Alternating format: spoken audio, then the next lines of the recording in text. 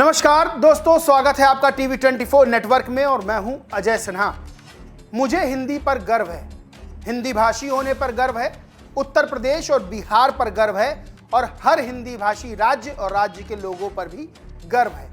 ये बात मैं क्यों कह रहा हूं? दरअसल हिंदी को लेकर, हिंदी भाषियों को लेकर इस वक्त महाराष्ट्र में राजनीति गरमाई हुई है और जिस तरह से महाराष्ट्र में हिंदी बोलने वालों को, हिंदी भाषियों को प्रताड़ित किया जा रहा है, जिस तरह से मनसे के कार्यकर्ता हिंदी भाषियों को जगह जगह पीट रहे हैं, उसने एक बार फिर से सवाल खड़ा कर दिया है कि क्या हिंदी भाषियों का ये अपमान हिंदी भाषी राज्य और देश की सरकार सहेगी।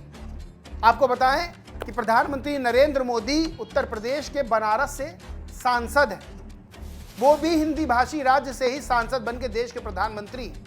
लेकिन जिस तरह से महाराष्ट्र की बीजेपी सरकार राज ठाकरे के आगे कथित रूप से अपने कदम पीछे खींचती है, जिस तरह से राज ठाकरे के कार्यकर्ता यानी मनसे के कार्यकर्ता लोगों को हिंदी बोलने पर पीटते हैं और कहते हैं कि मराठी बोलो नहीं तो बाहर जाओ, उसको लेकर आखिर महाराष्ट्र की बीजेपी सरकार और मुख्यमंत्री देवेंद्र फडणवीस कर क्या रहे हैं? एक ताजा फैसला और लिया गया जिसमें सीधे तौर पर राज ठाकरे के आगे महाराष्ट्र की सरकार झुकती नजर आई है और राज ठाकरे ने इस बात का दावा किया है कि हम जीत गए। दरअसल हिंदी को लेकर महाराष्ट्र में बहुत पहले से ही मनसे के कार्यकर्ता लोगों को पीट रहे हैं। जो हिंदी बोलता है उससे कहते हैं मराठी बोलो, जब कोई मराठी नहीं बोल पाता है तो उसकी पिटाई की जाती है। ये सिर्फ सड़कों तक नहीं रहा है, यानी कि ये सिर्फ फेरी वालों तक नहीं रहा है, बल्कि अब ऑफिसेज में भी इस तरह से, कार्यालयों में भी इस तरह से चीजें देखने को मिल रही हैं। एक ताजा मामला और सामने आया जहां एक व्यक्ति को मनसे के कार्यकर्ता मराठी ना बोलने पर पीट रहे हैं। वीडियो तेजी से वायरल हो रहा है। अब इसके पीछे पूरी तरह से राजनीति है और राज ठाकरे अपनी राजनीति मराठी हिंदी करके ही चमकाने की कोशिश कर रहे हैं। आपको बताएंगे कि राज ठाकरे की राजनीतिक हैसियत महाराष्ट्र के अंदर क्या है और तब जब मनसे के कार्यकर्ता गरीब कमजोर लोगों को हिंदी बोलने पर पीटते हैं, वही कार्यकर्ताओं के हाथ क्या उन लोगों तक नहीं पहुंच पाते हैं जो लोग महाराष्ट्र में कद्दावर हैं, ताकतवर हैं और हिंदी ही बोलते हैं। आपको बताएंगे एक फैसला महाराष्ट्र की सरकार ने लिया था और उसका विरोध राज ठाकरे ने किया। वो फैसला ये था कि अब पहली कक्षा से ही 3 भाषाओं को पढ़ाया जाएगा जिसमें हिंदी भी शामिल है। ये बात राज ठाकरे को खटक गई। राज ठाकरे ने कहा कि इसका हम तो विरोध करेंगे और राज ठाकरे के विरोध का नतीजा रहा कि सरकार को यह फैसला बदलना पड़ा, महाराष्ट्र की बीजेपी सरकार को, मुख्यमंत्री देवेंद्र फडणवीस को। राज ठाकरे ने ट्वीट किया, मराठी में है, हिंदी में मैं बताता हूं क्या है। राज ठाकरे ने कहा, सरकार की यह कोशिश थी कि पहली कक्षा से 3 भाषाएं सिखाने के नाम पर हिंदी भाषा को छोटे बच्चों पर थोपा जाए, लेकिन मराठी लोगों की एकजुटता ने इस प्रयास को विफल कर दिया। 29 जून 2025 को सरकार ने निर्णय वापस लेने की घोषणा की। इसके बाद 30 जून को मैंने मीडिया से बातचीत की। यह मराठी लोगों की एकजुटता की जीत है और इसके लिए मैं सभी मराठी जनों को दिल से बधाई देता हूं। आगामी 5 तारीख को एक विजय सभा आयोजित की जाएगी। इस सभा में कोई झंडा नहीं होगा, ये केवल मराठी लोगों की सभा होगी। और एक बात मैंने फिर से स्पष्ट की है, सरकार ने जो नई समिति बनाई है उसका रिपोर्ट आए या ना आए, महाराष्ट्र राज्य में पहली कक्षा से हिंदी पढ़ाई नहीं जाएगी, ये निश्चित है। बाकी 5 जुलाई को विजय सभा के बारे में जल्द ही जानकारी दी जाएगी। राज ठाकरे ने यह भी कहा कि अगर उत्तर भारतीयों को नौकरी के लिए महाराष्ट्र आना पड़े तो उनके राज्यों में भी मराठी पढ़ाई जानी चाहिए। आखिर हिंदी भाषा से राज ठाकरे के पेट में क्यों मरोड़न हो रही है? आखिर हिंदी भाषियों से राज ठाकरे को इतनी नफरत क्यों है?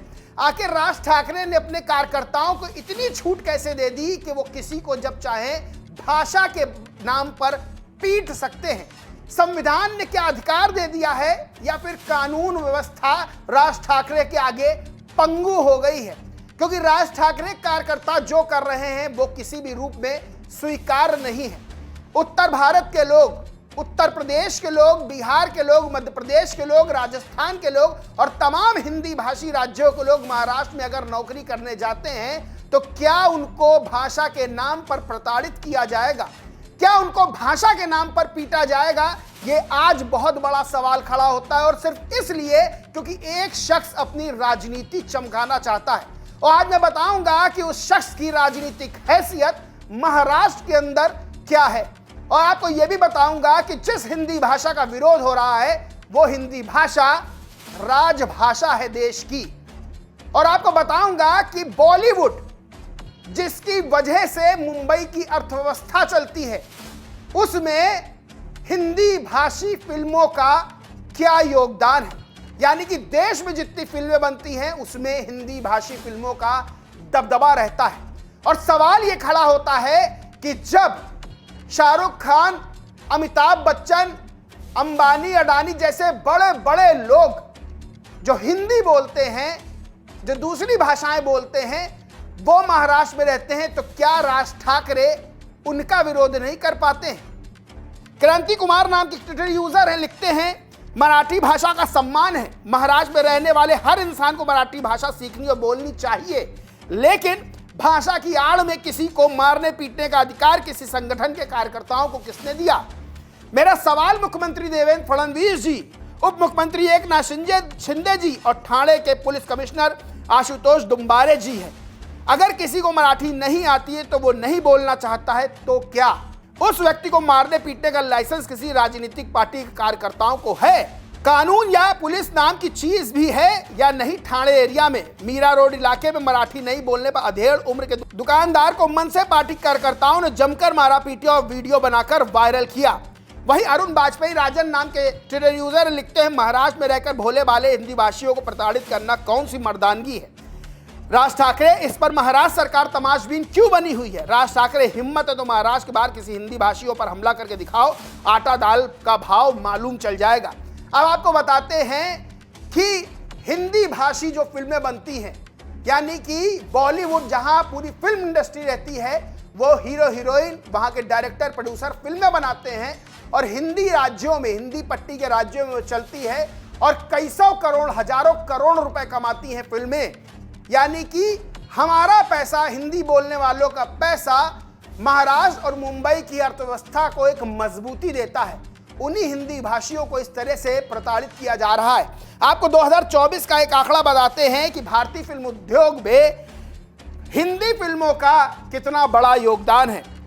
सबसे बड़ी फिल्म इंडस्ट्री भारत में बॉलीवुड है और यहां 2024 की बात कर ले तो 1476 फिल्मों ने कुल 11,244 करोड़ रुपए कमाई की थी, जिसमें से हिंदी फिल्मों ने 4,000 करोड़ से अधिक का योगदान दिया। यानी कि ये जो हिंदी फिल्में बन रही थी, इसे कौन देख रहा था?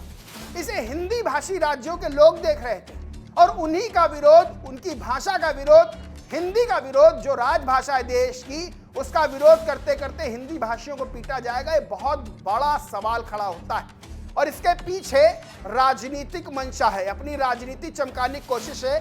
तो मैं वो भी बता देता हूं कि महाराष्ट्र में हाल ही में विधानसभा चुनाव हुए थे और वो राज ठाकरे जो अपने आप को बहुत बड़ा मराठी भाषा का पैरोकार कहते हैं, जो हिंदी भाषियों को नफरत की नज़र से देखते हैं, जो हिंदी को लेकर, यानी कोई हिंदी बोले मराठी ना बोले तो इनके कार्यकर्ता खुलेआम पीटते हैं। आपको बताएं कि इनकी पार्टी का क्या हश्र हुआ था महाराष्ट्र चुनाव में।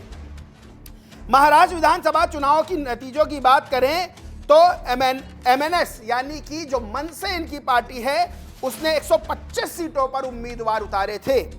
एक भी प्रत्याशी इनका चुनाव नहीं जीत पाया था और राज ठाकरे के बेटे जो माहिम सीट से लड़े थे, अमित ठाकरे, उनको भी हार का सामना करना पड़ा था। आपको सबसे बड़ी बात बताएं कि किसी भी राज्य का कोई भी नागरिक एक दूसरे से बैर नहीं करता है और भारत की यही खूबसूरती है कि हर 4 कदम पर खाना, भाषा चेंज होती है, बदल जाती है और हर राज्य का व्यक्ति गर्व से कहता है कि हम भारतीय हैं। जैसे उत्तर प्रदेश के लोग, बिहार के लोग, मध्य प्रदेश के लोग, राजस्थान के लोग, झारखंड के लोग, जम्मू कश्मीर के लोग भारत के नागरिक हैं, भारत से प्यार करते हैं, वैसे ही महाराष्ट्र के लोग भी भारत से प्यार करते हैं। और यही एकता हमें सिखाती है कि एक दूसरे का सम्मान करना है। लेकिन कुछ लोग अपनी राजनीति चमकाने के लिए दूसरे राज्यों के लोगों को कभी क्षेत्र के नाम पर, कभी भाषा के नाम पर टारगेट करते हैं, और सिर्फ अपनी राजनीति चमकाने के लिए। और ये बात शायद महाराष्ट्र के लोग, मराठी बोलने वाले लोग भी जानते हैं। तभी राज ठाकरे की पार्टी मनसे का महाराष्ट्र चुनाव में ये हाल हुआ था।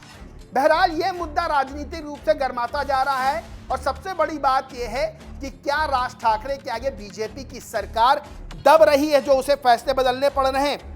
अब आपको बताएं कि प्रधानमंत्री नरेंद्र मोदी हिंदी भाषी राज्य के एक सीट से ही जीतकर प्रधानमंत्री बने हैं, बनारस से।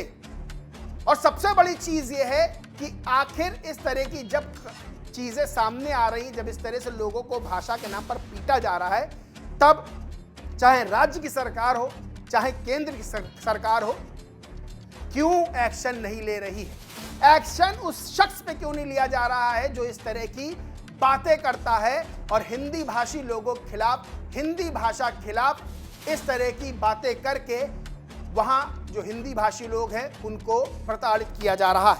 बहरहाल आपको बताएंगे कि बीजेपी हिंदी पट्टी के राज्यों में बेहतरीन प्रदर्शन करती है और उसकी वजह से ही सरकार बनती है। उत्तर प्रदेश में 80 सीटों की लोकसभा है और यहां पर बीजेपी ने 33 सीटें जीती थी। उत्तराखंड की 5 में से 5 सीटें बीजेपी ने जीती। ये हिंदी पट्टी के राज्य है जिसके बारे में बता रहा हूं। बिहार में 40 सीटों में से 29 एनडीए जीती और 12 बीजेपी जीती। झारखंड में 14 सीटों में से 8 बीजेपी ने जीती। मध्य प्रदेश में 29 की 29 सीटें बीजेपी ने जीती। छत्तीसगढ़ में 11 में से 10 सीटें बीजेपी ने जीती। राजस्थान में 25 में से 14 जीती। हरियाणा में 10 में से 5 जीती। हिमाचल प्रदेश की 4 में से 4 सीटें जीती। और दिल्ली जो कि हिंदी भाषी राज्य है, राजधानी है, 7 की 7 सीटें भारतीय जनता पार्टी ने जीती थी। और आज इस तरह से महाराष्ट्र में हिंदी बोलने वालों के साथ इस तरह की हरकत की जा रही है। गुजराती को भी पीट दिया गया महाराष्ट्र में, सिर्फ इसलिए क्योंकि जबरदस्ती किसी से मराठी बुलवाई जाएगी। अब ये बात सोचने वाली है कि एक शख्स अपनी राजनीति चमकाने के लिए अगर इस तरह से बयानबाजियां करता है, इस तरह से दूसरे राज्यों के लोगों को वहां प्रताड़ना सहनी पड़ती भाषा के नाम पर, तो एक बात राजनीति पर भी खड़ा होता है, राजनीति में सत्ता में बैठे लोगों पर खड़ा होता है कि आखिर ये कब तक चलेगा। बहरहाल हिंदी पर गर्व है, हिंदी भाषी लोगों पर गर्व है, हिंदी भाषी राज्यों पर गर्व है और हिंदी हमारे देश की राजभाषा है। अब देखना ये होगा कि ये मामला कहां तक जाता है और इस मामले को लेकर सरकार क्या एक्शन लेती है, क्योंकि जिस तरह की खबरें सामने आती हैं, वीडियो सामने आते हैं, हिंदी भाषी राज्यों के लोगों को प्रताड़ना झेलनी पड़ती है, वो अपने आप में कई तरह के सवाल खड़े करता है। बहरहाल दोस्तों, इस पूरे मामले पर आप क्या सोचते हैं, क्या समझते हैं, कमेंट करके जरूर बताएं। वीडियो अच्छा लगा हो तो लाइक करें, कुछ शेयर करें और चैनल को सब्सक्राइब नहीं किया तो सब्सक्राइब करके बेल आइकन जरूर दबा लें। धन्यवाद।